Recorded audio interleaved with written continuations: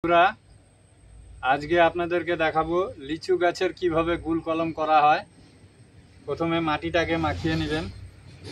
এই যে আঠা মাটি নেবেন, তার মধ্যে রুটিং হরমোন যদি থাকে রুটিং হরমোন দিবেন, না হলে পরে যে গুঁড়ো যে আমরা রান্না করার যে হলুদ গুঁড়ো হলুদ মিশিয়ে নেবেন, তাহলে মাটিটাতে কোনো ফাঙ্গিসাইড থাকবে না। এবার সুন্দর করে মাটিটা মাখিয়ে নেবেন।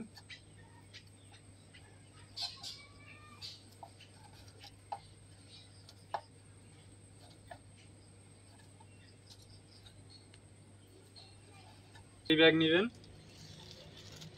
ক্যারি ব্যাগ এক টুকরো নেবেন, আর রশি নেবেন, অল্প রশি বা সুতলি নেবেন। আর যখনই কোনো কলম করবেন নতুন ব্লেড নেবেন, নতুন ব্লেড নিয়ে ব্লেডটাকে ভেঙে দিবেন, কারণ গোটা ব্লেড থাকলে পরে হাত কাটবে, ওই জন্য টুকরো করে নেবেন ব্লেডটাকে, তাহলে হাত কাটবে না।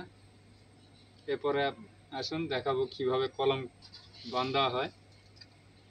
লিচুর গাছ, এই গাছটাকে কলম করব।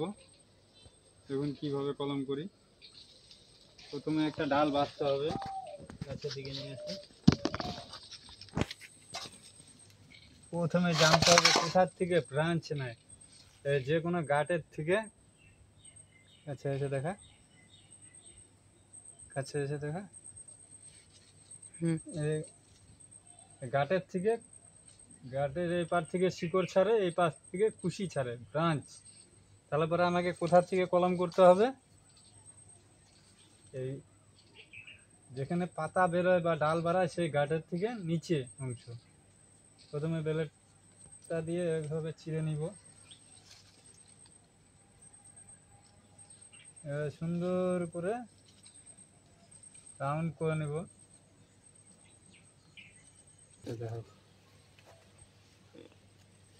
এবার রাউন্ড করে নেব, এখানে একটা, এখানে একটা।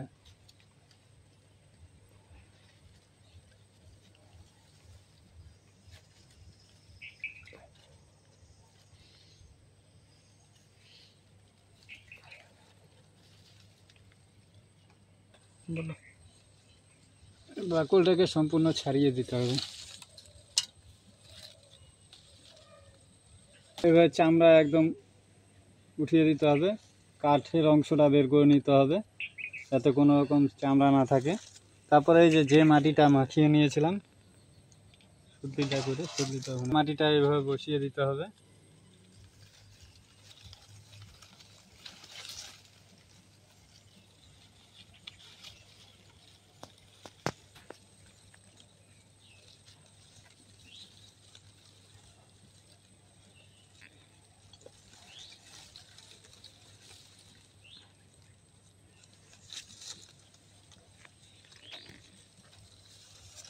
তারপরে এই প্যাকেটটা দিয়ে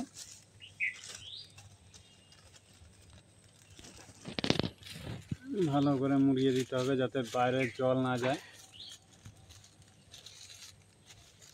সুন্দর করে মুড়িয়ে দিতে হবে, আর সুতলি দিয়ে মাথায় বেঁধে দেব।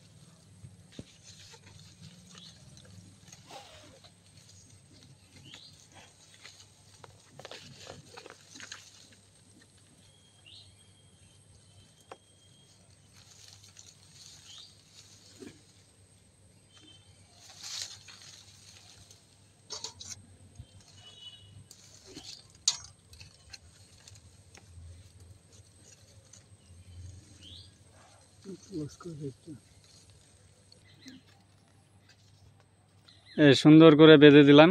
দেখুন, এটা 35 থেকে 40 দিন বা 45 দিনের মধ্যে নতুন শিকড় চলে আসবে, তখন এটা একটা নতুন চারা গাছে পরিণত হয়ে যাবে।